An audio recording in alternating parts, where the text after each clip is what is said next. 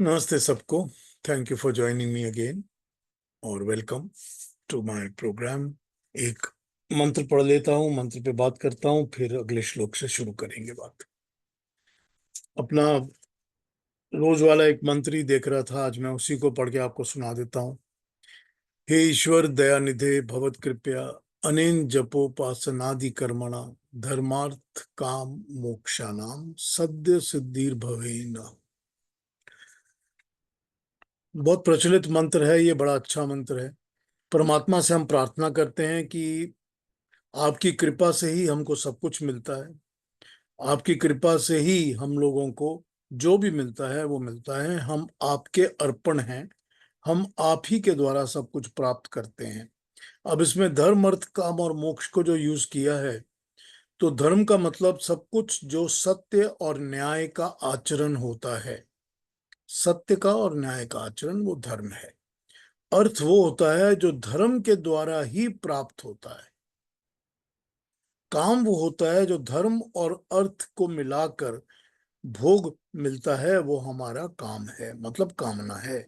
और मोक्ष वो होता है जो कि सब दुखों से छूटकर आनंद की प्राप्ति कराता है। वो ईश्वर ही चराचर जगत का स्वामी है। सब सिद्धियों या विभूतियों या मोक्ष या का देने वाला परमात्मा है। उसकी कृपा के बिना कुछ भी नहीं मिलता। केवल उसकी प्रार्थना, उसको समर्पण, उसका विश्वास। यहाँ पर जो कर्मणा शब्द यूज हुआ है, जपोपासनादि कर्मणा, यह कर्मणा शब्द जो है उसका स्वरूप जप और उपासना है। उपासना मय जप यानी कि स्तुति परमात्मा की प्राप्ति के लिए, परमात्मा से प्रार्थना करने के लिए। ज्ञान प्राप्ति से आत्मा की उन्नति और आरोग्यता होने से शरीर की उन्नति। उसी तरह से यहाँ पर परमार्थ कार्य करते रहने से जो सिद्धि प्राप्त होती है, वही यहाँ पर काम के लिए यूज की गई है। जप और उपासना से ज्ञान बढ़ता है, ऋतंबरा प्रज्ञा प्राप्त होती है। ऋतंबरा प्रज्ञा जब जागृत होती है तो मनुष्य की आत्मा में उन्नति होती है। हम इन्हीं चीजों की प्रार्थना करते हैं जब इस मंत्र को कहते हैं। और हम ये कहते हैं कि सद्य सिद्धि भवे न।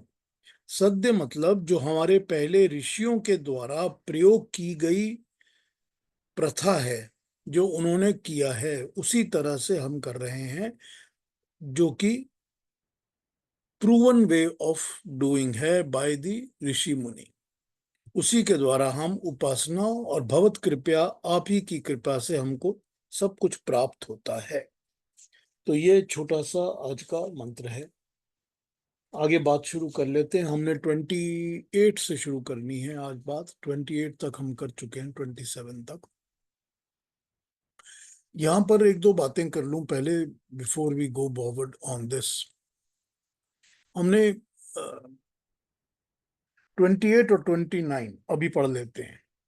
29 के बाद जितने श्लोक आते हैं, 30, 31, 32, 33, आई थिंक 33 श्लोक ही हैं इस चैप्टर में, टोटल 33।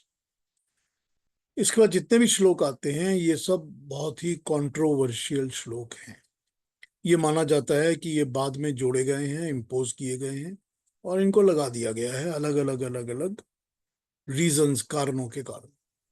अब ये मैं तो इस पर नहीं चाहूंगा कि ये आट काट दिया जाए या ना समझा जाए, सो मैं इस पर बात कर लूंगा। मैंने आई विल एक्सप्लेन दैम कि क्या कह रहे हैं और क्या से कह रहे हैं। आप अपनी विवेचना, अपनी बुद्धि से इसको समझिए कि इस श्लोकों को एक्सेप्ट करना है कि नहीं करना है। मेरे फादर जो थे वो तो पढ़ के बता देते थे कि देखो ये लैंग्वेज पढ़ो, इसकी संस्कृत पढ़ो, संस्कृत से समझ आ जाता है कि ये ओरिजिनल नहीं है। बट मैं उतना ज्ञानी नहीं हूं, तो मैं उस तरह से इस लैंग्वेज को एनालाइज नहीं कर सकता। लेकिन खैर जो भी है, हम इसको पढ़ेंगे और समझेंगे। तो अभी तक हम देखते आए हैं कि भगवान कृष्ण जो हैं वो अलग अलग बातों के द्वारा अपने पॉइंट्स को प्रूव कर रहे हैं, अपनी बातों को समझा रहे हैं, जो वो अर्जुन से कह रहे हैं इस चैप्टर के अंदर। अब उन्होंने ये बताया कि जो भी भक्ति भाव से मुझको जो कुछ अर्पण करता है वो मैं एक्सेप्ट करता हूँ, और वो एक्सेप्ट भी करता हूँ, और वो सब कुछ मेरा भी हो जाता है। और ये भी बताया कि जो जिस चीज की पूजा करता है वो उसी चीज को प्राप्त करता है। ये उन्होंने बड़े इलेबोरेटली इसमें समझा दिया है। अब इसमें बात क्या है? बात यह है कि ये जो हमारा शरीर है और हमारी आत्मा है, हमारी आत्मा कोई भी कर्म जो है, कोई भी कार्य जो है, वो बिना शरीर के कर नहीं सकती। आत्मा स्वयं तो कुछ कर नहीं सकती। तो आत्मा को कर्म करने के लिए शरीर धारण करना ही पड़ता है। और शरीर धारण करने के समय आत्मा को प्रकृति की मदद लेनी ही पड़ती है। बिना प्राकृतिक मदद के शरीर धारण नहीं हो सकता। दूसरी बात यह है कि शरीर धारण करने के लिए ही और हमारे कर्मों को करने के लिए ही तो परमात्मा ने प्रकृति को बनाया है, वरना उसको प्रकृति को बनाने की जरूरत ही नहीं। वो प्रकृति बनाता ही इसीलिए है कि जो आत्माएं हैं वो जन्म लें और जन्म लेके अपने कर्म करें। कुछ कर्म करें जो कि उनकी इच्छा है, आत्माओं की इच्छा है कि हम कर्म करें। कुछ कर्म करें क्योंकि वो उनकी बाध्यता है, उनको करना ही पड़ेगा क्योंकि वो उनके कर्म फल से जुड़े हुए हैं। अगर कर्म फल में लिखा है कि आपको ये पे बैक करना है तो आना ही पड़ेगा पे बैक करने के लिए, उसका कोई एस्केप रूट नहीं है। तो जब हमको ये समझ में आ जाती है बात, तो हमारे सामने दो बहुत स्ट्रॉन्ग वेज, अलग अलग रास्ते सामने खड़े हो जाते हैं। हमको पता चल जाता है, जिसको कि बहुत लोगों ने अलग अलग तरीके से समझाया हुआ है। हम लोगों ने उसको विद्या और अविद्या से समझाया हुआ है, हमने उसको श्रेय मार्ग प्रेय मार्ग कह के समझाया हुआ है कठोपनिषद में। इस तरह बहुत अलग अलग तरीकों से हमने ये बात समझाई हुई है। पर बड़ी प्रैक्टिकल सी सिंपल सी बात होती है कि either you are on this side और you are on that side. कि हमारी सारी जिंदगी हम लोगों की, स्पेशली हम जैसे लोगों की, मिडिल ऑफ द रोड में चलने में निकल जाती है। हम लोग ना तो बहुत ज्यादा प्राकृतिक वस्तुओं से ऐसे चिपके जुड़े होते हैं, और ना ऐसा होता है कि हम पूरी तरह से ईश्वर की भक्ति में ही जुड़े हुए हैं। ये भी नहीं होता। लेकिन हम उधर से भी नहीं कटते और इधर से भी नहीं कटते। हम ऐसा नहीं कि प्रकृति से पूरे कट गए और बिल्कुल परमात्मा मय हो गए, उसी के सारे चीजों में जुड़ गए, ऐसा नहीं होता। और ऐसा भी नहीं होता कि हम परमात्मा को बिल्कुल ही भूल गए, खत्म कर दिया और हमने पूरा का पूरा अपना काम जो है वो प्रकृति से करना शुरू कर दिया। ये भी नहीं होता। तो हम लोग जो होते हैं, हम लोग सब मिडिल ऑफ द रोड चलने वाले लोग हो जाते हैं। और मिडिल ऑफ द रोड चलने में यही प्रॉब्लम होती है कि you are neither here nor there. तो जब नाइदर हेयर नॉर देयर वाली बात आती है, तो उसमें होता ये है कि हमको ना इसका बहुत लाभ मिलता है, ना उसका बहुत लाभ मिलता है, फायदा भी नहीं मिलता। तो ये एक कॉमन जिंदगियों की बात है, हमारी आपकी सबकी। हम जितने लोगों को जानते हैं, जैसा समझते हैं, सबका यही हाल है। अब ये तो हम कह नहीं सकते कि प्रकृति को पूरी तरह छोड़ दो और परमात्मा को अपना लो। तो फिर कहेंगे कि तो इसका मतलब है शरीर भी छोड़ दो। लेकिन इसका जो वे आउट है, इसका जो तरीका है, वही तो भगवान कृष्ण समझाते हैं ना। भगवान कृष्ण तो कहते हैं कि कर्म तो करना पड़ेगा और कर्म करते रहो अपने, लेकिन उनको पूरी तरह से निष्काम करो, कि मेरे लिए अर्पण कर दो। जो कर रहे हो मेरे नाम पे करो, कि मैं जो कर रहा हूँ वो परमात्मा तेरी मर्जी है, मैं तेरे लिए कर रहा हूँ, बस अपने लिए तो मैं कुछ कर ही नहीं रहा। मैं तो अपने कर्म एज अ ड्यूटी कर रहा हूँ, duty towards the society, towards the samaj, towards the betterment of the humanity. ये सब मैं कर रहा हूँ, मैं अपने लिए नहीं कर रहा कुछ भी। तो भगवान कृष्ण तो इसी को समझा रहे हैं, यही बता रहे हैं कि ऐसा करोगे तो ही फायदा होगा। फिर उन्होंने जैसे क्लियरली बता दिया कि जो देवता की पूजा करते हैं उनको देव मिलते हैं, दिव्य चीजें मिलती हैं। अब इसमें सारा फैक्टर ये है, पितरों की पूजा जो करते हैं, जो भूत वस्तुओं की, भौतिक वस्तुओं की पूजा करते हैं, वो इन्होंने इस तरह से समझा दिया अपने 25th श्लोक के अंदर। लेकिन अभी ये बात इसकी सारी ये है कि अगर हम ऐसी कोई भी चीज या कोई भी वस्तु, कोई भी पदार्थ, जिसको हम पदार्थ कहते हैं, कोई भी पदार्थ जो प्रकृति ने बनाया है, क्रिएटेड बाय द नेचर। कोई भी चीज आप देख लीजिए, चाहे वो हवा है, चाहे वो पानी है, चाहे अर्थ है, चाहे वो मट्टी है, पहाड़ है, जो भी कुछ है जो प्रकृति ने बनाया है, क्रिएटेड बाय द नेचर।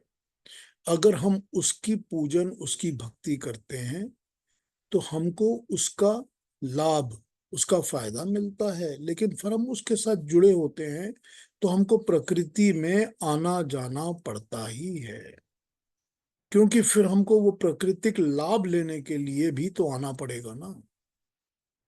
फिर वही बात है कि आत्मा को फिर वही प्रकृति के साथ इंटरेक्शन करके शरीर लेना पड़ेगा। तो आत्मा जो है इसको वही मिलेगा जो ये चाहती है।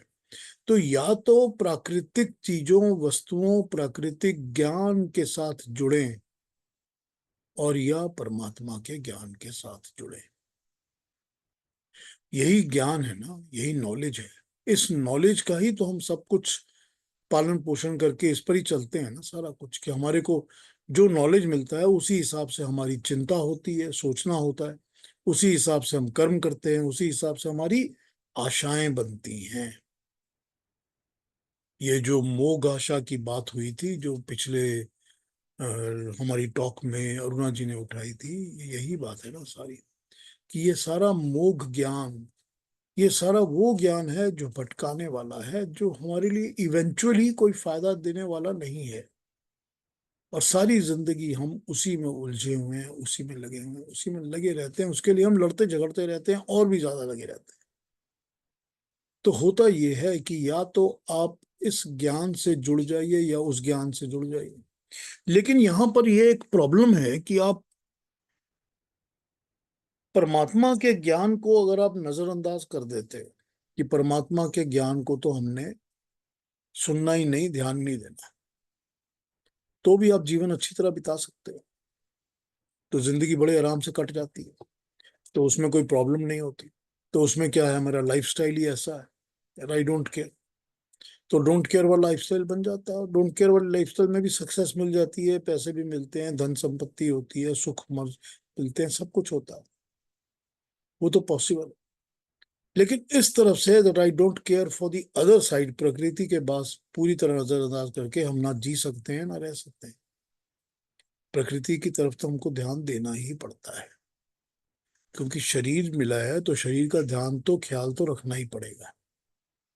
कुछ भी नहीं कर रहे, पूरी तरह से सब कुछ छोड़ छाड़ के संन्यास ले लिया, तो भी तो अपने शरीर का पालन पोषण करने के लिए खाना पीना तो पड़ेगा ना। खाने के लिए कुछ ना कुछ तो जुगाड़ करना पड़ेगा। चाहे यही जुगाड़ हो जाए कि मेरे बहुत भक्त लोग हैं, वो आके मेरे को रोज खाना दे जाते हैं, तो भी तो कुछ जुगाड़ कर ही रहे हैं ना। पब्लिकली इंटरेक्शंस कर रहे हैं, लोगों के साथ बातें कर रहे हैं, उनकी मदद ले रहे हैं, उनके दिया हुआ सामान ले रहे हैं, तो वो भी तो सारा कुछ प्राकृतिक इंटरेक्शंस है ना। वो भी तो जो प्रकृति की बनी चीजें हैं उसी के साथ। सो बात यहाँ पर सारी ये है कि ये तो पॉसिबल ही नहीं है कि प्रकृति को टोटली नजरअंदाज करके कोई भी इंसान कोई काम कर सके, कि हमने पूरी तरह परमात्मा के साथ जुड़ जाना है, हमने उसी के ज्ञान को पाना है, उसी की विद्या लेनी है, सब कुछ उसी के नाम पे करना है, सब कुछ करना है। लेकिन फिर भी तो प्राकृतिक इंटरेक्शंस चलती ही रहेंगी ना। इसीलिए तो भगवान कृष्ण कहते हैं कि तू अपने कर्म कर। वो नहीं कहते कि छोड़ छाड़ के जंगल में चले जा। वो नहीं कहते कि दुनिया को छोड़ के, त्याग दे के संन्यास ले ले, कि मैंने दुनिया से कुछ लेना देना नहीं है। ये नहीं कहते, ये नहीं हो सकता। इसीलिए वो यही कहते हैं कि तू कर्म कर। पर कर्म करके जो वो मार्ग दिखा रहे हैं तुमको, उसमें बता रहे हैं कि जो प्राकृतिक ज्ञान है या प्राकृतिक कर्म है, उनको उतना ही कर जितना कि तुझको करना है। उनके साथ जुड़ मत, चिपक मत, उनकी कामनाएं मत रख। तो निष्काम होकर कर्म को कर। जो कर्म कर रहा है उसके फल के साथ मत जुड़, उसके फल के साथ अपनी आशाओं को मत जोड़। यही वो समझा रहे हैं। कि कर्म करते रहो। और फिर वो कहते हैं कि जो कर्म करोगे वो मेरे लिए अर्पण कर दो। अर्पण कर दो का क्या मतलब है? अर्पण कर दो का वही मतलब है कि मेरे नाम पे करो। अब आप जब भगवान के नाम पे कुछ करते हैं या अर्पण करके कुछ करते हैं या वॉलंटियरिंग करने कहीं जाते हैं, तो आपको फर्क नहीं पड़ता कि आपको उसके लिए क्रेडिट दिया गया या नहीं दिया गया, या आपको बताया गया तब थपथपाई गई पीठ के नहीं थपथपाई गई, doesn't make a difference to you. क्योंकि आप वॉलंटियरिंग कर रहे हैं, सबका भले के लिए कर रहे हैं, कोई भी अच्छा काम कर रहे हैं। उसने अच्छा कह दिया तो ठीक है, नहीं कह दिया तो भी ठीक है।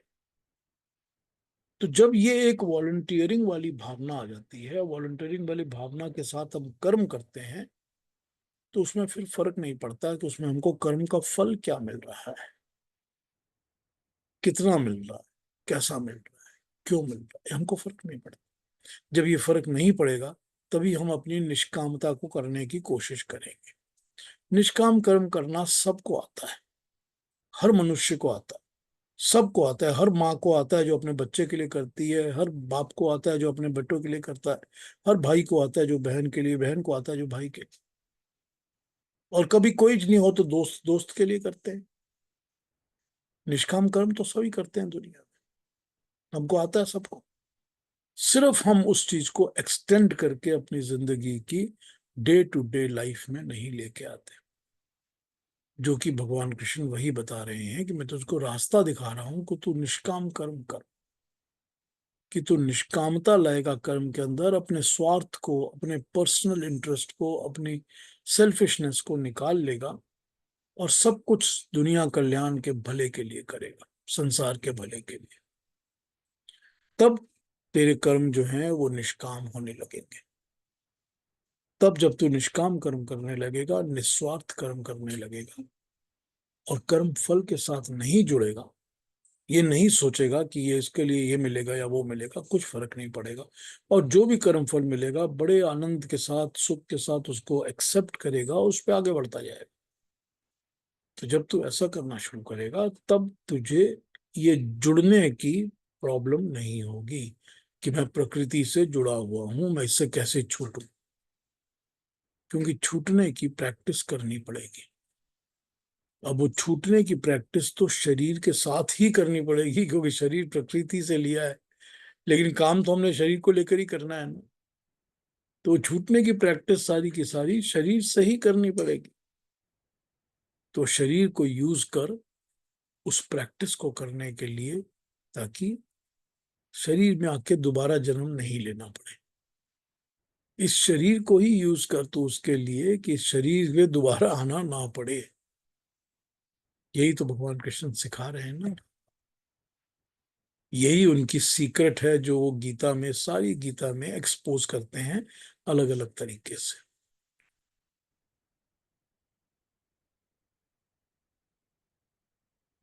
तो आइए आगे बढ़ते हैं।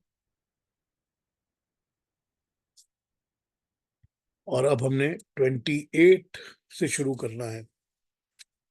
तो अरुणा जी 28 और 29 हमको पढ़ दीजिए। जी पीयूष जी, बहुत अच्छा बताया आपने। अभी जो बताया ना, सुनते ही रह गए। बहुत थैंक ही यू अच्छा। अरुणा जी। बहुत बहुत धन्यवाद। Thank you, thank you, thank you. आइए श्लोका नंबर 28। 28 29 पढ़ दीजिए आप। जी। शुभाशुभ फलैरेवम् मोक्ष्यसे कर्म बन्धनैः संन्यास योग युक्तात्मा विमुक्तो मामुपैष्यसि समोहं सर्वभूतेषु न मे द्वेष्योऽस्ति न प्रियः ये भजन्ति तु मां भक्त्या मयि ते तेषु चाप्यहम्। Thank you Aruna ji, thank you so much.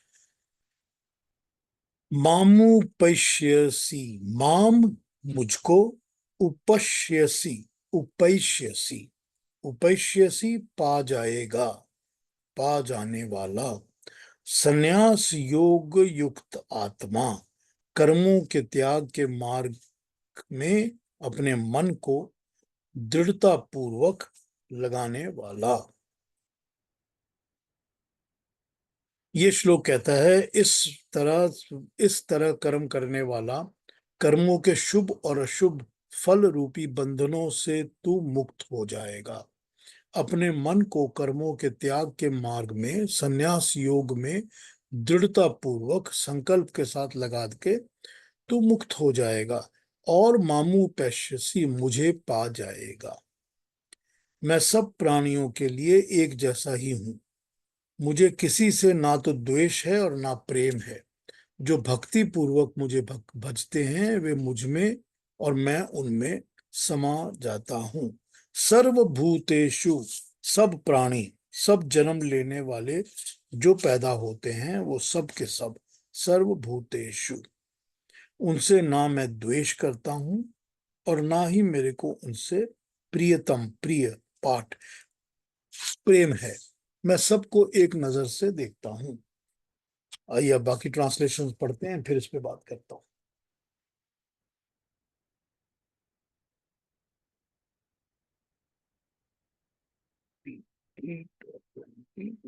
28 जो प्रत्यक्ष रूप से शुभ दिखने वाले परंतु परिणाम में लोक पीड़ाकार कर्म है, उसमें आसक्ति मनुष्य को उस कर्म से छूटने नहीं देती। उदाहरण के लिए, पूजा पाठ प्रत्यक्ष रूप से देखने में कितना सुंदर, पवित्र और मंगलकारी काम लगता है, परंतु किसी के घर में आतताई आग लगा रहे हों और उस समय वो पूजा को छोड़कर उस दुष्ट का दमन करना चाहिए, किंतु पूजा में ही आसक्त मनुष्य सारे गांवों को भस्म कर देगा, परंतु उसकी पूजा नहीं छूटेगी। इसके विपरीत आप आपातंतः आपातंतः अशुभ प्रतीत होने वाले कर्म को करने की इच्छा न हो तो भी अपनी इच्छा को दबाकर ये करना चाहिए, किंतु ये अशुभ फल वाले कर्म की प्रति घृणा से आसक्ति अर्जुन को भीष्म द्रोण आदि स्वजनों का वध करने के लिए रोक रही है। अशुभ है तो भी उनसे प्रेम है, अशुभ से हमेशा घृणा होनी चाहिए। किंतु जो अपने आप को प्रभु के अर्पण कर चुका है, वो प्रभु की प्रजा के कल्याणकारी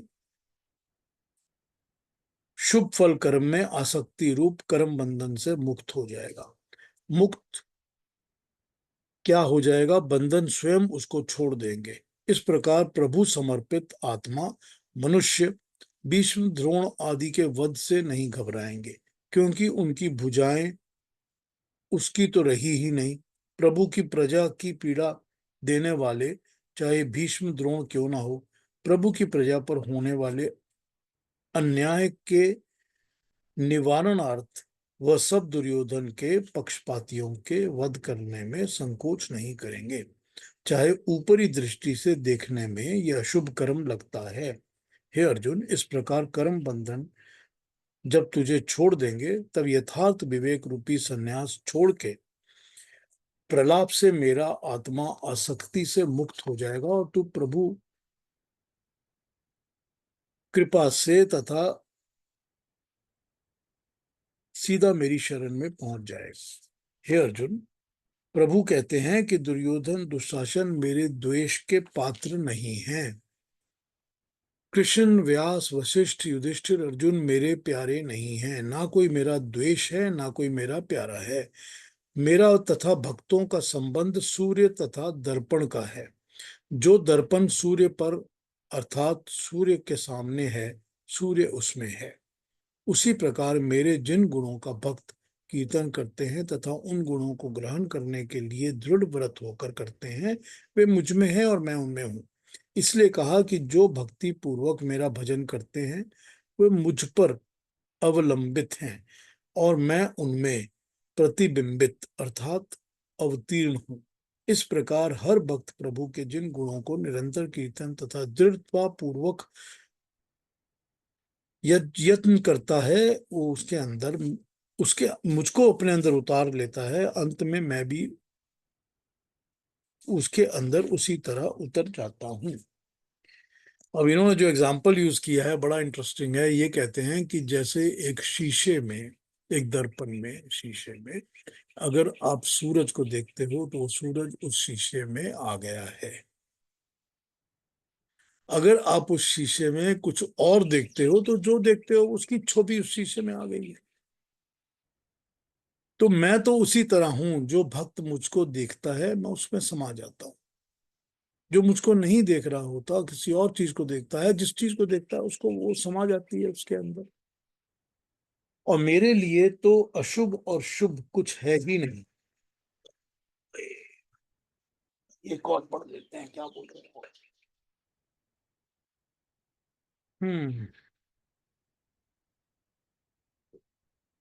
With your mind thus established in the yoga of renunciation, offering of all actions to me, you will be freed from the bondage of action in the form of good and evil results.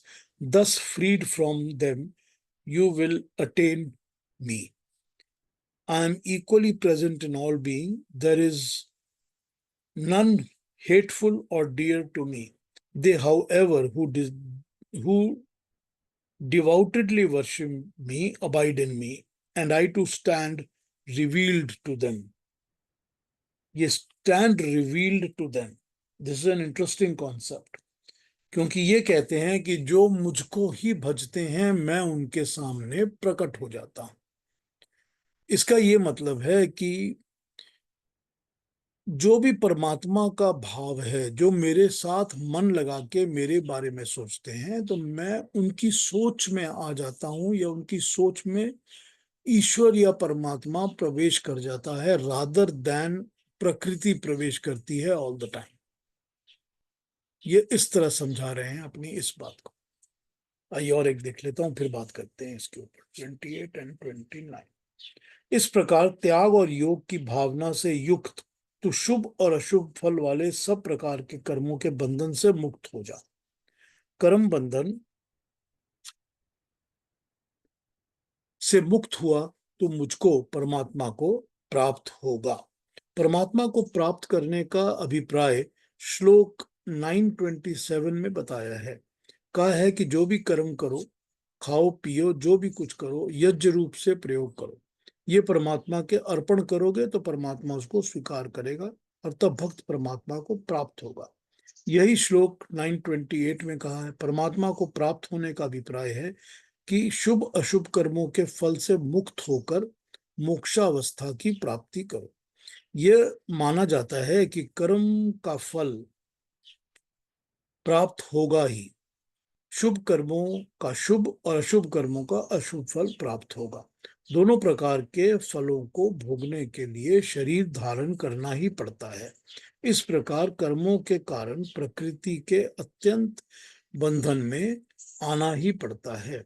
Gita का प्रवक्ता कहता है कि शुभ और अशुभ दोनों प्रकार के कर्म फलों से मुक्त होकर ही शरीर प्रकृति के बंधन से मुक्त हुआ जा सकता है। इसका उपाय गीता का प्रवक्ता ये बताता है कि जो भी कुछ कर्म करो, परमात्मा को अर्पण करके करो। कर्म फल की आशा का त्याग करके परमात्मा के निमित्त कर्म करने के लिए सब प्रकार के फलों से छुटकारा पा सकते हो। यही मोक्षावस्था देने वाला है। 29 कह रहा है कि मैं परमात्मा सब प्राणियों में समभाव से उपस्थित हूँ। सबसे मैं समान व्यवहार रखता हूँ। ना कोई मेरा बहुत प्यारा है, ना कोई मेरा शत्रु है। जो मुझे प्रेम से भजता है वो मेरे हैं और मैं उनका हूं। परमात्मा सब प्राणियों में समभाव से उपस्थित है, अर्थात परमात्मा अपनी कृपा का प्रसाद सबको एक ही बराबर रूप से बांटता है। सूरज का प्रकाश और ऊर्जा तथा पृथ्वी से प्राप्त हुए पदार्थ भले बुरे सबके लिए समान रूप से प्राप्त होते हैं, परंतु भले लोग परमात्मा द्वारा दिए पदार्थों का सदुपयोग करते हैं और दूसरे लोग उसका बुरी तरह से उपयोग करते हैं, दुरुपयोग करते हैं। सदुपयोग और दुरुपयोग आपेक्षक अर्थ वाले शब्द हैं। गीता का प्रवक्ता ये कह रहा है कि कर्म करने वाला अर्थात परमात्मा की शक्ति का प्रयोग करने वाला, यदि उसका प्रयोग अपने विचार से यज्ञ रूप में सबके कल्याण के लिए करता है और अपने किए के फल को ईश्वर को अर्पण कर देता है, तो वो परम गति को प्राप्त होता है। जो सब कर्म यज्ञ रूप होकर ईश्वरीय कहता है, वो अपने हित का विचार नहीं करता, वो श्रेष्ठ गति को ही प्राप्त होता है।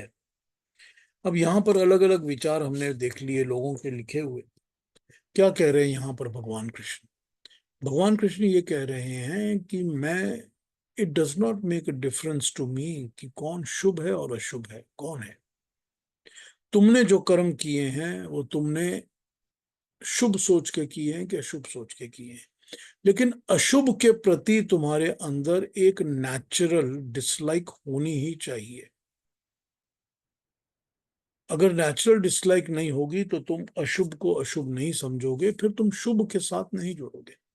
शुभ मतलब अच्छा, अशुभ मतलब बुरा। कि जब तक तुम बुरे कर्मों के साथ जुड़े रहोगे या बुरे को एप्रिशिएट करोगे, तब तक तुम अच्छे के साथ नहीं जुड़ोगे। अब अभी वही बात हो गई कि भाई ये तो मेरे दादाजी हैं। अब दादाजी तो हैं इसलिए मैं उनको प्रेम करता हूँ और बहुत प्यार करता हूँ, वो मुझे बहुत प्यार करते हैं, लेकिन वो दादाजी गलत कामों में लगे हुए हैं। तो जब वो गलत कामों में लगे हैं तो इसका तो मतलब हो गया कि अशुभ है। तो उस अशुभ के प्रति तुम प्रेम रख सकते हो, इज्जत कर सकते हो, क्योंकि वो मेरे दादाजी हैं, लेकिन तुम उनके साथ नहीं जुड़ सकते, तुम उनके कर्मों को अप्रिशिएट नहीं कर सकते। क्योंकि मन से अप्रिशिएट करने से तो तुम मन से उसके साथ जुड़ गए ना। मानसिक कर्म तो तुम्हारा शारीरिक कर्म से उल्टा हो गया ना। तुम शरीर से चाहे वो काम नहीं कर रहे हो, मन से तो कर रहे हो ना। तो यहां पर जहां पर शुभ और अशुभ की बात की है उसने, भगवान कृष्ण ने, वो मनुष्यों के लिए, हमारे आपके लिए, अर्जुन के लिए की है, वो अपने लिए नहीं की है। अपने लिए उन्होंने फिर कह दिया है कि मेरे लिए कोई प्रिय नहीं है और कोई अप्रिय नहीं है। मेरे लिए ह्यूमन बीइंग्स एक बराबर हैं, कोई ऐसा नहीं है कि जो ज्यादा अच्छा है या ज्यादा खराब है, कुछ नहीं है ऐसा। तो जब ये नहीं है तो इसका मतलब तो वही इन्होंने जो ड्रॉ किया है सिमिली, वो ड्रॉ की है सूरज के साथ, कि सूरज की रोशनी तो एक बराबर सब पे पड़ती है। उसी तरह जैसे पृथ्वी में जो भी कुछ उगता है, फलता है, फल फूल जो भी होता है, वो सबके लिए होता है। अब यहां पर शुभ और अशुभ से ये है कि कौन उसको यूज कैसे करता है, इसी का फर्क पड़ता है ना। कि जो जैसे यूज करता है उस पर ही फर्क पड़ता है। तो जो इसको इसलिए यूज करता है सूरज की रोशनी को, कि उस रोशनी से मुझको दुनिया जहान देखना है, देखकर समझना है कि ये भी परमात्मा का दिया हुआ है, जो कि सूरज है, उसकी रोशनी भी परमात्मा की दी हुई है। जो मुझे दिख रहा है वो भी परमात्मा का दिया हुआ है। या कोई ऐसा इंसान सोच सकता है कि सूरज की रोशनी तो मुझे चाहिए ही नहीं, मैं तो अंधेरा ढूंढ रहा हूं ताकि मैं गलत किस्म के काम अंधेरे में कर सकूं। ये तो यूज करने की बात है ना, कि तुम उसको यूज कैसे करते हो, कि तुम उसको अच्छी तरह यूज करते हो या बुरी तरह यूज करते हो। अच्छी तरह यूज करते हो तो वो शुभ कर्म है, बुरी तरह यूज करते हो तो वो अशुभ कर्म है। लेकिन मैं, परमात्मा जो है वो तो एक बराबर सबको समभाव से देता है सब कुछ। अब वही उसने यहाँ पर एग्जाम्पल यूज कर दिया कि अब शीशा भी मैंने सबको दिया हुआ है और सूरज भी मैंने सबको दिया हुआ है। अब तुम उस शीशे में सूरज की रोशनी देखना चाहते हो या उस शीशे में तुम कोई गंदी चीज देखना चाहते हो, ये तुम्हारी मर्जी है। जो मुझे देखेगा मुझे पा जाएगा। जो परमात्मा को देखेगा शीशे के अंदर, वो परमात्मा के भाव से जुड़ जाएगा, उसका मन उसके साथ जुड़ जाएगा। जो गलत चीज देखेगा वो गलत चीज के साथ जुड़ जाएगा। क्योंकि जहां मन जुड़ेगा वहीं तो मन लग जाएगा ना, मन उसी के साथ जुड़ेगा, मानसिक कर्म तो वही हो जाएगा ना। तो जब तुम शुभ के साथ जुड़ोगे तो तुम्हारा मानसिक कर्म शुभ के साथ जुड़ेगा, और जब तुम अशुभ के साथ जुड़ोगे तो तुम्हारा मानसिक कर्म अशुभ के साथ जुड़ेगा। ठीक वैसे ही जैसे उस शीशे में जो कि दिया हुआ है, तुम कुछ भी देख सकते हो।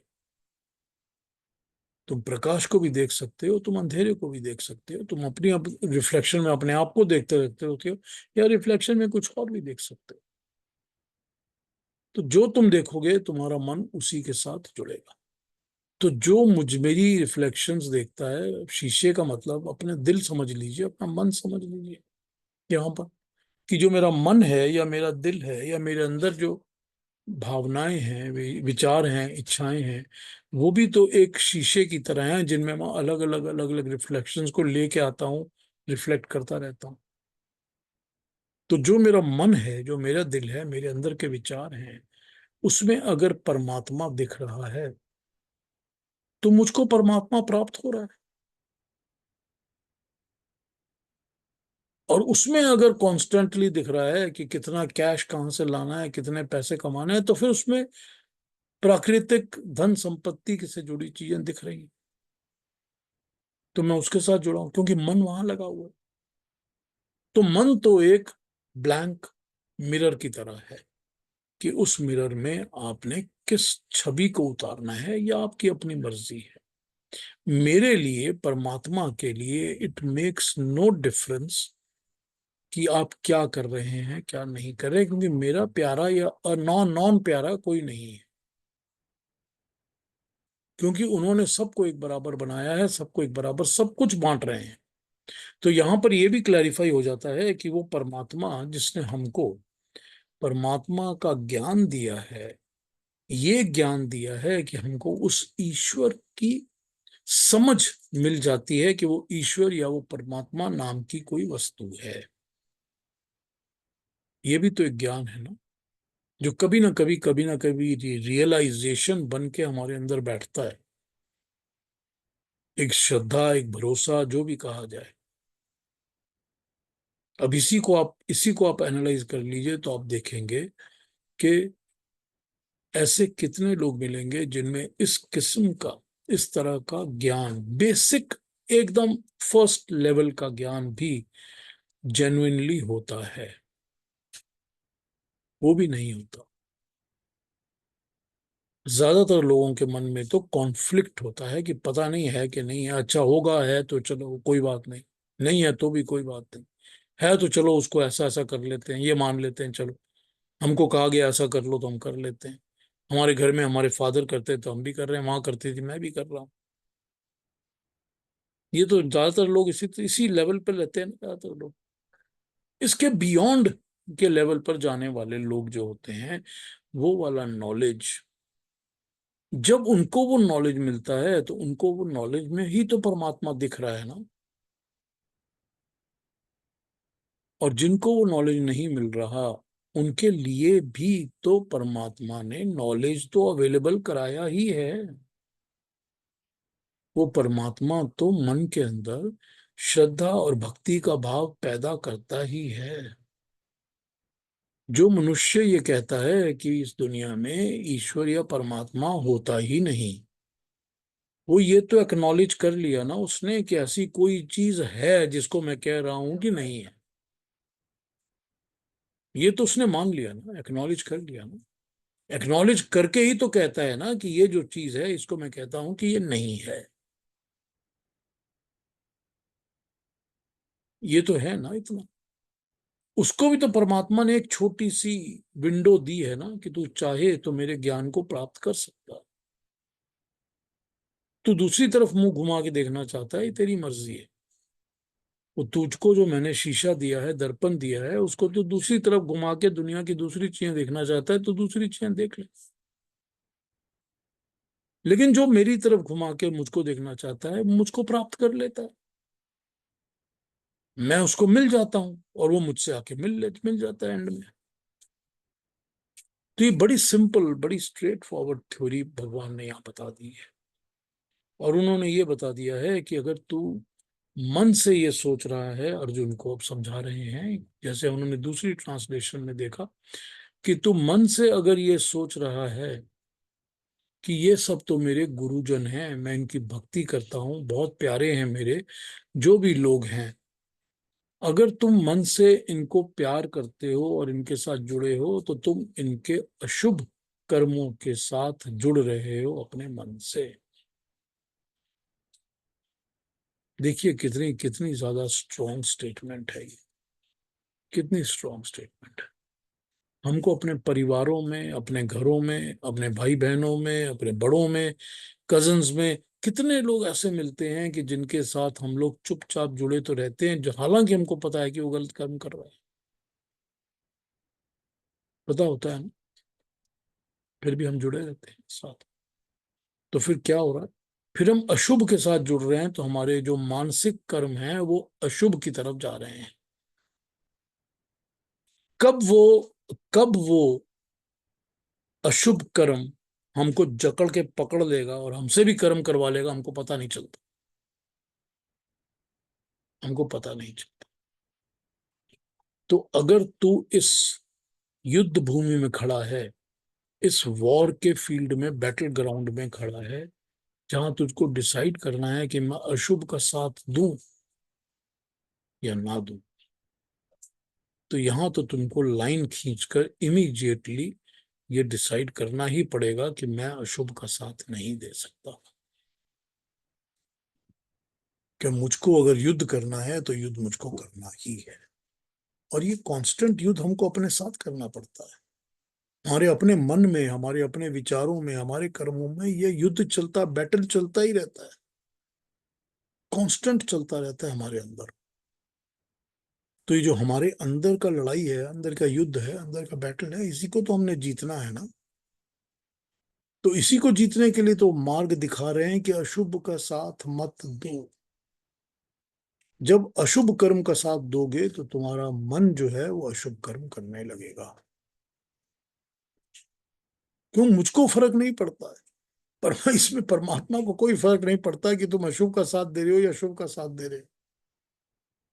और तुम कहोगे नहीं, वो तो तुम्हारा बड़ा प्यारा है, कि भाई मैं जिस अशुभ का साथ दे रहा हूं, जिस इंसान का, दूसरे मनुष्य का साथ दे रहा हूं, वो तो परमात्मा का बहुत प्यारा है। फिर वही बात ना, अभी बात हुई थी ना, कि वो बहुत बड़े बाबा जी हैं, उनकी तो 10,000 20,000 की मीटिंग लगती है। चाहे कुछ भी हो, जब तुम अशुभ का साथ दे रहे हो तो तुम अशुभ कर्म कर रहे हो, बस। तब यहां पर युद्ध क्या है, यहाँ युद्ध मेरे अपने साथ है। मुझको उस श्रद्धा का पार्टिसिपेंट बनना है या नहीं बनना, बस। मेरे दर्पण में क्या दिख रहा है, मेरा जो मन है, इस मन के शीशे में क्या दिख रहा है। क्या मेरे मन के शीशे में वो 25-50 हजार की भीड़ वाले बाबा बैठे हैं, तो मैं उनके साथ जुड़ रहा हूं, मेरा मन उनसे लगा हुआ है, या मेरे मन के दर्पण में ये कोई कुछ नहीं है और मैंने उस परमात्मा को उतार लिया और मैं सब काम जन कल्याण, लोगों के भले के लिए कर रहा हूं। ये युद्ध है ना, ये लड़ाई है ना, जो कॉन्स्टेंटली हमारे अंदर चलती रहती है ना। हम जैसे ही बाहर देखते हैं दुनिया में, हम उसकी इन्फ्लुएंस में आ जाते हैं। जो भी कुछ हम देखते हैं वो उसके हम इम्प्रेशन के, इन्फ्लुएंस के अंडर हम आ जाते हैं। तो वो मन जो है वो उसके साथ जुड़ गया ना, क्योंकि मन का दर्पण उस तरफ लगा हुआ है ना, मन का शीशा उस तरफ चला गया ना, तो वो शीशे में उतर गया ना, जिसको भी हमने जो भी देखा। तो जैसे ही शीशे में वो उतरेगा, हमारा मानसिक कर्म शुरू हो गया, मन वाला कर्म तो शुरू हो गया, ये तो कंट्रोल नहीं हो रहा। तो कांस्टेंट युद्ध जो है वो शुभ और अशुभ के लेवल पर करते रहना पड़ता है, कि हमारे मन के अंदर कौन सी चीज उतर रही है, किसका प्रतिबिंब हमारे पास है। और हम जैसे ही उसका, परमात्मा का प्रतिबिंब, उसकी छवि, उसकी छाया उस मिरर के अंदर उतारेंगे, वो हमको मिल जाएगा। क्योंकि हम जो उतारेंगे हमको वही मिल जाएगा। अगर हम जो अशुभ उतारेंगे वो अशुभ भी तो हमको मिलेगा ना, मन में तो आ गया ना, फिर कर्म भी वैसे ही हो जाएंगे। तो यहाँ भी ये मैसेजेस बड़ी क्लियरली भगवान कृष्ण बता रहे हैं कि किस तरह से अपने मन को समझो और मन को जीतो। और जीतना कहाँ पर है, शुभ और अशुभ के लाइन को ड्रॉ करके जीतना है। इससे अच्छा क्या एग्जाम्पल हमको मिलेगा, बताइए। इससे अच्छा क्या एग्जाम्पल मिलेगा, कि भीष्म पितामह तो अर्जुन से इतना प्यार करते हैं कि जिसकी कोई एंड नहीं है, सीमा नहीं है, सबसे प्यारे हैं उनके, अर्जुन, और अर्जुन के सबसे प्यारे हैं भीष्म पितामह। और वो भीष्म पितामह सामने खड़े हुए हैं ऑपोजिट साइड में। क्यों खड़े हुए हैं? क्योंकि वो अशुभ का साथ दे रहे हैं। इससे बड़ा एग्जाम्पल हमको क्या दिखेगा दुनिया में? कि यहां पर उसको भगवान कृष्ण ये तो नहीं कह रहे ना कि तू भीष्म पितामह तेरे को प्यार करते हैं, तू उनको प्यार करता है, श्रद्धा करता है, इज्जत करता है, उनके चरण छू के प्रणाम करता है, चल तू उनके गले लग जा, उनको उनके साथ लड़ाई करने की तेरे को जरूरत नहीं है, करने दे अशुभ, कोई बात नहीं। इससे बड़ा क्या एग्जाम्पल हमको दिखेगा दुनिया में? अब हम इसको स्टोरी बुक समझ के, कॉमिक बुक समझ के, टीवी सीरियल समझ के देखें और कहें कि ये तो एप्लीकेबल ऑन अर्जुन वॉरफील्ड है और छोड़ दें इसको, तो ठीक है। लेकिन अगर इसको अपने जीवन में उतारें, अपनी जिंदगी में उतारें और देखें कि हमको तो ये युद्ध हमेशा करना पड़ता है, अपनी जिंदगी में हमको ये कांस्टेंट लड़ाई करते रहना पड़ता है कि किस शुभ के साथ हम जुड़ रहे हैं और किस अशुभ के साथ हम जुड़ रहे हैं। वो fluctuation of seconds, fluctuation of mind in seconds, एक सेकंड नहीं लगता, लेकिन एक सेकंड के अंदर भी विचार आने लग जाते हैं, खटाखट खटाखट खटा घूमते रहते हैं दिमाग के अंदर। अब पता नहीं चलता कि कौन से विचार हमारे अंदर अशुभ आ रहे हैं, कौन से शुभ आ रहे हैं, कब हम किस गलत चीज के साथ जुड़ रहे हैं, कब हमको लगता है कि बहुत इंजॉयमेंट हो रही है, इंजॉयमेंट करते करते करते करते चले ही चले जाते हैं, पता ही नहीं चलता। तो वही लड़ाई हमारे अंदर लगी हुई है। हमारे सामने इस दुनिया के हजारों भीष्म पितामह हमेशा खड़े रहते हैं जिनको हम पहचान ही नहीं पाते। हमको लगता है कि हम जुड़े रहे, हमको बड़ा मजा आ रहा है इनके साथ, बड़ा प्यार मिल रहा है। लेकिन वो जैसे ही पता चलता है कि मेरे इस दर्पण के अंदर, मन के शीशे के अंदर किसकी छवि दिख रही है, अशुभ की दिख रही है या शुभ की दिख रही है, अब मैं शीशे में उस परमात्मा का रूप देख रहा हूं या शीशे में उसी भीष्म पितामह को ही देखे जा रहा हूं। ये बॉर्डर लाइन भगवान कृष्ण ने यहां ड्रॉ करके अपनी बात को समझाया है। इस तरह से वो हमको बता रहे हैं, शुभ और अशुभ को दिखाकर, और मन के अंदर जो हमारे प्रतिबिंब है कि कौन मन में मुझको लेके आता है और कौन मन में कुछ और लेके आता है, दुनिया जहान को लेके आता है। ये इनका यहाँ पर मैसेज है भगवान कृष्ण का 28-29 में। और कुछ पूछना हो तो पूछ लीजिए, कुछ कहना पूछना हो तो पूछ लीजिए। पीयूष जी, जब वो एक बात समझा रहे थे कि जो कृष्ण बोल रहे हैं कि मुझे जो अंदर लेता है मैं उसमें समा जाता हूँ, वो अब जरा थोड़ा विस्तार से समझाइए। जो मुझे अंदर लेता वो है मैं आपने उसके अंदर आ एकदम जाता जल्दी हूँ। देखिए, मुझे जो अंदर लेता है मैं उसके अंदर आ जाता हूँ। अगर आप सुबह उठ के सूरज को देखते हो और सूरज को प्रणाम करते हो, उसको ग्रास्प करने की कोशिश करते हो, तो उसके किरणों की जो भी अच्छाई है वो आपके अंदर आ जाती है। ठीक है ना? ये तो मान लिया ना इतना। अगर आपको कहा गया कि धूप सेकना शुरू करो तो आप धूप सेक रहे हो। क्यों? क्योंकि विटामिन डी की जरूरत है शरीर के अंदर। तो आप धूप सेक रहे हो, तो धूप की किरणों का फायदा आपके अंदर आ रहा है। तो जो मुझको अपने अंदर ले लेता है मैं उसके अंदर समा जाता हूं। बड़ा सिंपल। उसके बाद आपने एक और लाइन बोली थी, वो मेरे को समझ में नहीं आई। वो क्या थी? बहुत पावरफुल लाइन थी वो, पर सब अब याद वो लाइन, इसके बाद आपने कुछ बोला था।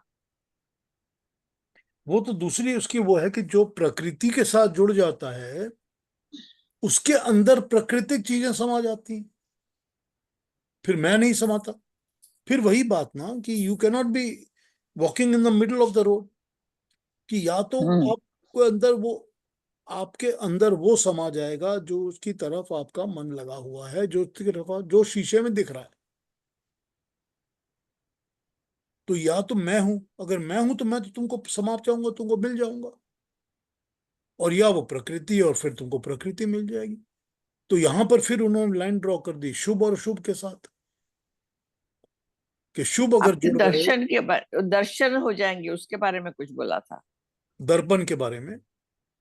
नहीं, दर्शन दर्शन हो हाँ, तो जाएंगे। परमात्मा जब समाएंगे दिल के अंदर, जब हाँ। वही समाएंगे दिल के अंदर, तो फिर वहां उनके, वो हमको मिल गए ना। वही जब हमारे अंदर समाये हुए हैं परमात्मा, तो परमात्मा ही तो हमको मिल गए ना। हम्म। फिर वही मिलेगा ना हमको। फिर हम कॉन्स्टेंटली उसी के लगन में, उसी के सब काम में लगे रहेंगे। फिर वही जपो हम्म। उपासना आदि कर्मणा। तो हमारे सारे कर्म ही जप और उपासना वाले हो जाएंगे। जब सारे कर्म ही जप और उपासना वाले हो गए, तो फिर तो वो परमात्मा ही हमको मिलेंगे ना। फिर हमारे पास ये तो बहुत और कुछ लेने वाला, मांगने वाला, चाहने वाला कुछ और बचा ही नहीं है ना। क्योंकि हम किसी कर्म का कोई फल की आशा और उम्मीद तो करते ही नहीं है, मांगते ही नहीं है, पूछते ही नहीं। हमको तो कुछ और चाहिए ही नहीं। हम तो सब उसी के नाम पे अर्पण करके कर रहे हैं। हमारे अंदर वही बसा हुआ है, जो तू दे वो अच्छा, तू मेरा हो जा बस। तू मेरा और मैं तेरा। फिर यही भाव है ना। तो जब यही भाव आ जाता है, तो फिर बाकी की चीजें खत्म हो जाती हैं। इसलिए तभी तो वो परमात्मा मेरे अंदर है और मैंने उनको पा लिया। ये भावना ही तभी आएगी। ठीक है ना। हाँ, ये बहुत पावरफुल कॉन्सेप्ट है। बहुत ज्यादा पावरफुल कॉन्सेप्ट है। हाँ, बड़ा मुश्किल है इसको अडॉप्ट करना, बड़ा मुश्किल है। बातों में बोलना आसान है, अडॉप्ट करना। बहुत हाँ जी। मुश्किल है। बहुत ही मुश्किल है। इस मुश्किल रास्ते पर ही तो हमको युद्ध करना है ना। तभी तो कहा है कि तुमको तो लड़ाई करते रहना पड़ेगा ना अपने साथ। ये तो लड़ाई तो डे टू डे लाइफ में हमारे अंदर शुभ और अशुभ का कांस्टेंट युद्ध चलता ही रहता है। वही सही बात है। कांस्टेंट ये बातें आपके दिमाग में, मैं करूं मैं ना करूं, ये अच्छा ये बुरा, ये नेचुरल है हर इंसान के। कांस्टेंट हमेशा चलता रहेगा। बहुत अच्छा पीयूष जी से आपने ये तो उसको बहुत अच्छा। समझाया बहुत अच्छे तरीके से। युद्ध थैंक यू। तो चलता रहता है, हम मानते हैं, लेकिन जिस वे में आपने उसको एक्सप्लेन किया, very nice. Thank you Prabha ji, thank you. हाँ जी, और कोई कुछ कहेंगे? श्वेता जी अभी हैं हमारे साथ? जी सर, हाँ नमस्ते जी, सभी को। नमस्ते। कुछ कहेंगी श्वेता जी? सर मैंने तो लास्ट टाइम ही बोला था कि मैं अभी एक्सेप्टेंस मोड में आ गई हूँ, कि I started accepting it as it is coming, क्योंकि हर चीज के पीछे तो लॉजिक नहीं होता है। बट सेकेंड थिंग, कुछ कुछ बातें अभी भी मुझे, मैं वापस से वहीं खड़ी हो जाती हूँ। जैसे आपने बोला, एग्जाम्पल दिया भीष्म पितामह का और अर्जुन का। बट अगेन वहां पे अगर देखा जाए तो कर्म कहाँ रहता है सर हमारे हाथ में? हम तो फिर से सिचुएशन, हम लोग सब परिस्थिति के दास हैं। एज सिचुएशन अनफोल्ड हम सब उसी हिसाब से करने लगते हैं। जैसे बोला कि आप शुभ और अशुभ कर्म के साथ आप कब अटैच हो जाएंगे आपको पता ही नहीं चलेगा। तो जब भीष्म पितामह जी ने वो प्रतिज्ञा ली थी, उनको भी नहीं पता था कि वो ऐसे फंस जाएंगे। तो मुझे अभी भी इसी चीज पे है कि कर्म एक्चुअली हमारे हाथ में है कि हम सब परिस्थिति के दास हैं। तो इसको अगर आप इस तरह समझें श्वेता जी, कि जब उन्होंने प्रतिज्ञा ली थी और उनको लगा कि मैं प्रतिज्ञा के कारण फंस रहा हूं, तो प्रतिज्ञा को तोड़ भी तो सकते थे ना। हम्म। कि अब प्रतिज्ञा का पर्पस जो है वो नहीं रहा जो था। अब सिचुएशन चेंज हो गई है, I can not do this. अब मैं ये प्रतिज्ञा ले रहा हूं कि मैं उस प्रतिज्ञा को तोड़ रहा हूं। करेक्ट। ये भी तो उनके हाथ में था ना। ये हो सकता है। ये भी तो कर्म उनके हाथ में था ना। तो परिस्थिति तो हमेशा हमारे सामने रहेगी। परिस्थिति के साथ तो हमको जूझना पड़ेगा, लड़ना पड़ेगा।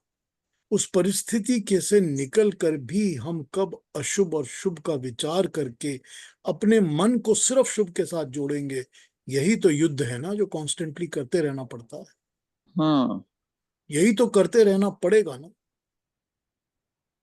इसी से तो हमारे अंदर का जो शीशा है वो साफ होगा। तभी तो परमात्मा दिखने शुरू होंगे।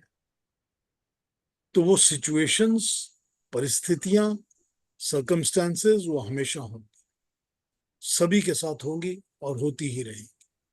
लेकिन उसमें से भी हम किस तरह से जूझ कर, युद्ध कर कर शुभ का साथ देकर ही निकलते हैं बाहर, ये हमारे ऊपर डिपेंडेंट है, ये हमारे भक्ति मानसिक। की भावना कब आती है? तब भक्ति की भावना ही तब आती, तभी आती है ना।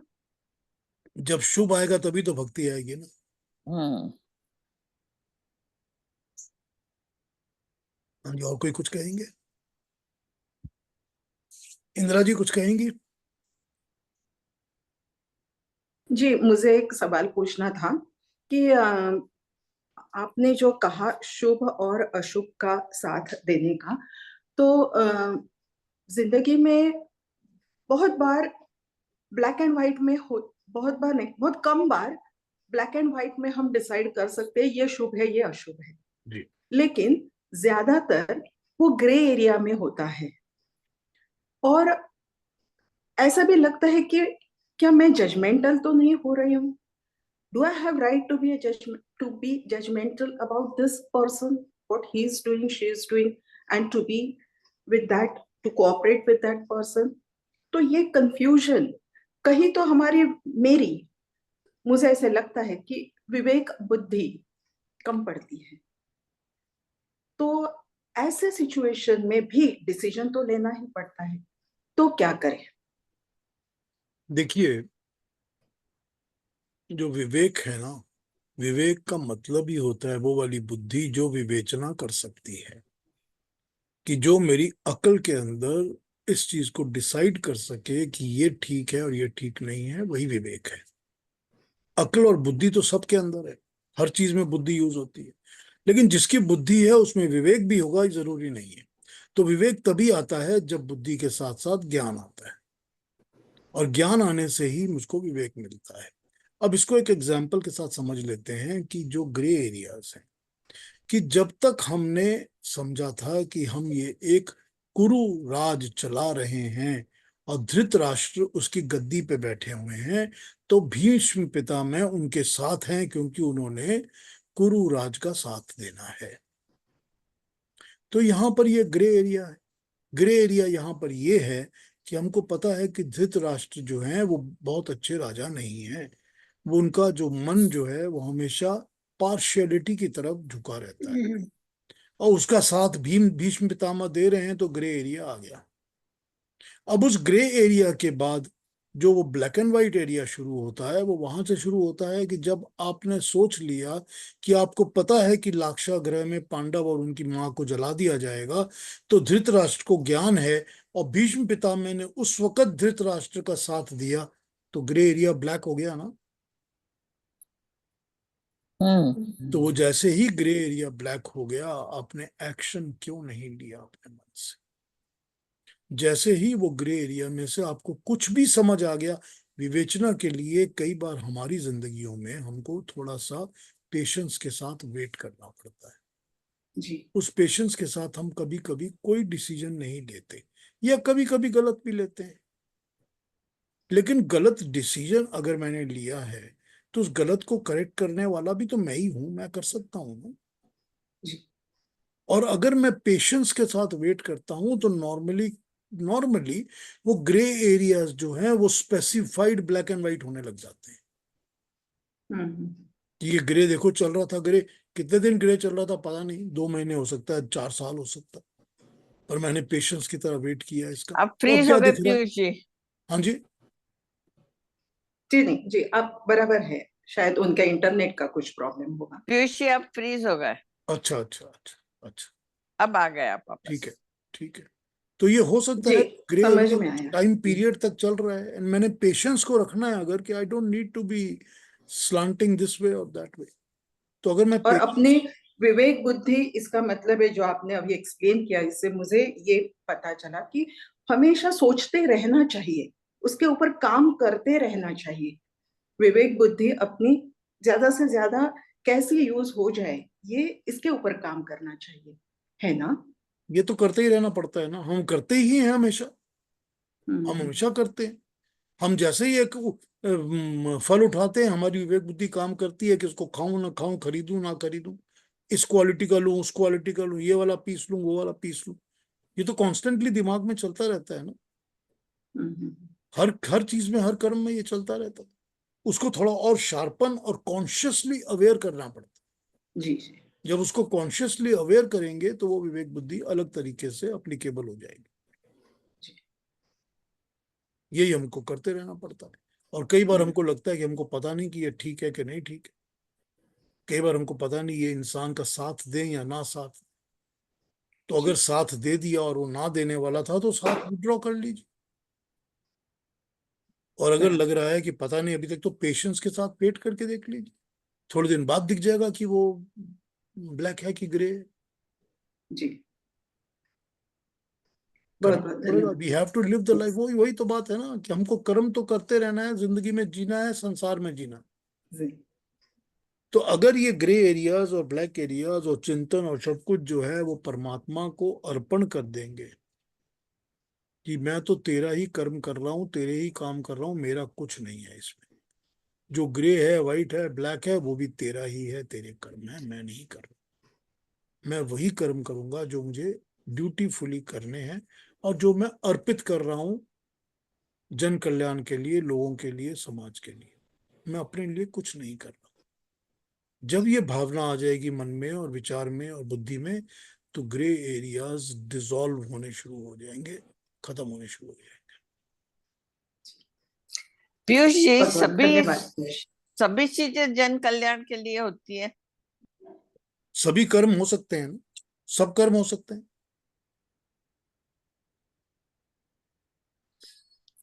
आप उदाहरण देंगे कैसे?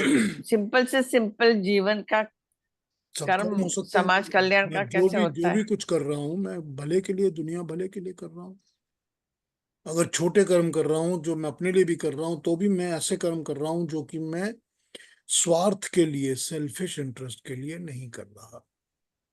मैं खाना भी खा रहा हूं तो मैं अपने शरीर के लिए तो खा ही रहा हूं ना, हाँ। लेकिन उसमें भी मैं चोरी करके तो नहीं खा रहा ना, हम्म। छीन के नहीं खा रहा किसी से, किसी को डिप्राइव करके नहीं खा रहा ना।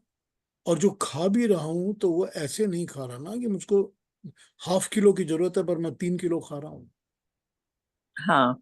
तो ये सारी चीजें आ जाती हैं ना इसके अंदर कि मैं किस तरह से अपने कर्म कर रहा हूं जो कि जनरली दुनिया जहान सबके लिए अच्छे कर्म हैं। हम्म। आ जाती है ना दुनिया दिमाग में एकदम। तो यहाँ पर यही तो है ना विवेक की बुद्धि। विवेक बुद्धि तो कहती है तुमको कि तुम खा तो रहे हो, लेकिन इसका ध्यान रखो कि अगले को खाना नहीं मिलना चाहिए। हाँ, उसका खाना छीन लो तब तुम खाओ। तो ये भी तो विवेक बुद्धि है ना। हाँ जी। हर तरफ विवेक ही काम करता है ना हमारा। तो कभी गलत काम करता है, कभी अच्छा काम करता है। तो हाँ, जहां गलत काम करेगा वहीं तुम अशुभ के साथ जुड़ गए और वो ग्रे एरिया का ब्लैक बन गया। ये कॉन्सेप्ट तो बहुत अच्छा है, शुभ अशुभ का हाँ और बिल्कुल। चॉइस का। हाँ, है ही है ना, चॉइस हमेशा बहुत पावरफुल भी है और बहुत डिफिकल्ट भी है। डिफिकल्ट तो है। डिफिकल्ट तो पर्सनल लाइफ में बहुत ज्यादा हो जाता है। बहुत ज्यादा हो जब जाता अपने ऊपर अप्लाई करते हैं तो बहुत डिफिकल्ट हो जाता है। हम्म। है। लोगों के लिए ठीक रहता है, किसी दूसरे को लेक्चर देना हो तो बड़ा आसान होता है। हाँ, लेकिन जब अपने जब ऊपर अपने अप्लाई ऊपर करते हैं, वो बड़ी हाँ। अपने ऊपर मुश्किल है। अप्लाई करते हैं तो नौबत आ जाती है। हाँ, सही बात है। बहुत हाँ जी, और अच्छा रहा आज कोई का सेशन पीयूष जी। कोई और बात, कोई क्वेश्चन, कोई और मन में? अरुणा जी, सेटिस्फाई हुआ थोड़ा सा आंसर?